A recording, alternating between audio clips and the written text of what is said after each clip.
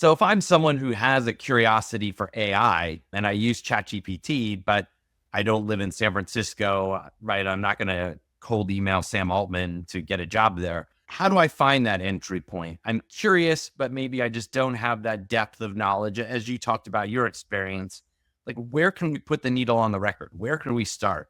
Yeah. And so I always say it's the easy standpoint of blogs, newsletters, all those things from an education standpoint. But I think like the best way to get involved in the industry is just to throw yourself directly at it, whether it be meetup groups, whether it be talking to people in the industry. And so I came from a baseline of zero and I started of where like me joining Anthropic or joining OpenAI was never going to happen. Again, I'm not a technical user. Like I knew the skill sets that I had for, being a business school grad and being a generalist. Like I knew myself well enough to know where I would add value. So it's that introspection of like, hey, who am I and what can I offer? And then you weigh that on, okay, like here's the industry. If you're at a large AI company, they're looking for specialists.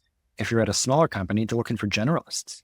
And so that's what drove me to kind of like, I knew myself, I knew what the market was looking for.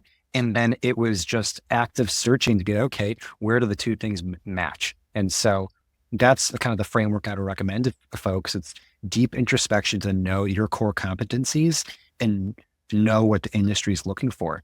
And once you're able to match those up, like then you start pushing at those seams and figure out where the gaps develop.